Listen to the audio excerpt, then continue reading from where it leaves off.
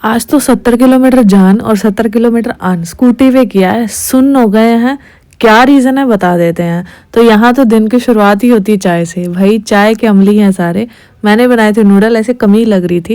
ये सेमोलिना के हैं, आपको भी पता कि मुझे बहुत ज़्यादा पसंद है। तो खाकर हम निकले हैं। हमने जाना था बसोली। तो बसोली जाने के लिए अनगे को लेकर लेके जाती, तो आपको पता है वो थोड़ा उसको मोशन सिकनेस का प्रॉब्लम है। अभी वो ठीक हुआ, मैं कोई रिस्क नहीं लेना चाहती थी, पर वहाँ जाना बहुत ज़रूरी था, क्योंकि वो मैं बाद में बता देती हूँ। तो हमने सोचा कि चलो स्कूटी पे चलते हैं। गाड़ी मुझे चलाने आती है, आई कैन ड्राइव, बट मेरे पास कार का लाइसेंस नहीं है, इसलिए मैं उसको नहीं चलाती हूँ। लाइसेंस इसलिए नहीं है क्योंकि मैं ज़्यादातर इंडिया में नहीं रहती हूँ।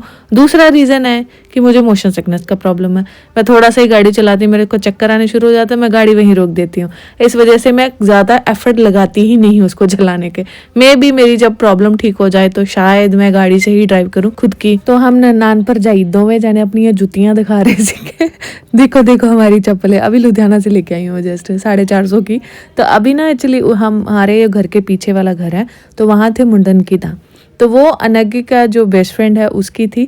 दूसरा है कि हम काफ़ी अच्छी बॉन्डिंग है हमारी, तो इस वजह से भैया ने स्पेशली कितनी बार बोला था कि उसको बोलना अगर वो घर आई है तो मुंडन की धाम में ज़रूर आएगी। हमारे यहाँ मुंडन बहुत ही ज़्यादा वैल्यू है मुंडन की हमारे कल्चर में।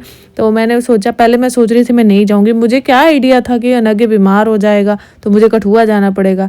नहीं तो अगर मैं नहीं कठुआ जाती तो मैं तो पक्का ही यहीं आती ऑब्वियसली, बट मैं कठुआ चली गई। तो पहले मैंने सोचा कि छोड़ क्या जाना है, फिर मैंने सोचा कि नहीं भैया बहुत बार बोल गए, दीदी ने भी बोला है तो चले ही जाते हैं, और अच्छा भी लगेगा उनको बहुत अच्छा लगा जब मैं गई। मुझे भी अच्छा लगा वहाँ जाके, क्योंकि है अच्छी है बॉन्डिंग। मैं मोस्टली इनके घर ही जाती हूँ, ज़्यादा मैं किसी को गांव में जानती नहीं हूँ। यही लोग हैं जिनको मैं अच्छे से जानती हूँ। एक हमारे घर के बिल्कुल साथ वाले हैं पड़ोसी, वो क्योंकि वो जलंधर से है, मैं लुधियाना से हूँ, तो इसलिए हम दोनों पंजाबी, हमारा बॉन्ड अच्छा है।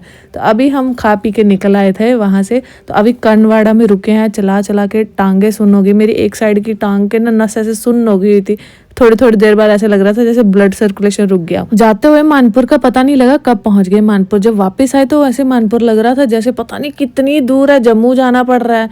तो रास्ते में सुन्न हो गई थी। मैंने अच्छा किया कपड़े चेंज कर लिए, क्योंकि मेरे पास कपड़े थे ही नहीं। वही मैं बता रही हूँ कि मैं कोई आइडिया लेके नहीं कठुआ आई थी। तो फिर मेरे पास जो था मैं पहन के वहाँ चली गई। देन आते हुए मैंने अपने कपड़े चेंज कर लिए थे, तो उन्होंने ये धाम भेजी हुई थी। एक्चुअली जो है मेरी दीदी है, जो ननंद है, उनके हस्बैंड आर्मी में है, और जो भैया है वो भी दोनों आर्मी में है। तो उन्होंने इकट्ठे जॉब की है, तो इसीलिए उन्होंने भी इनको भी बुलाया हुआ था। तो दीदी भी साथ में गए थे।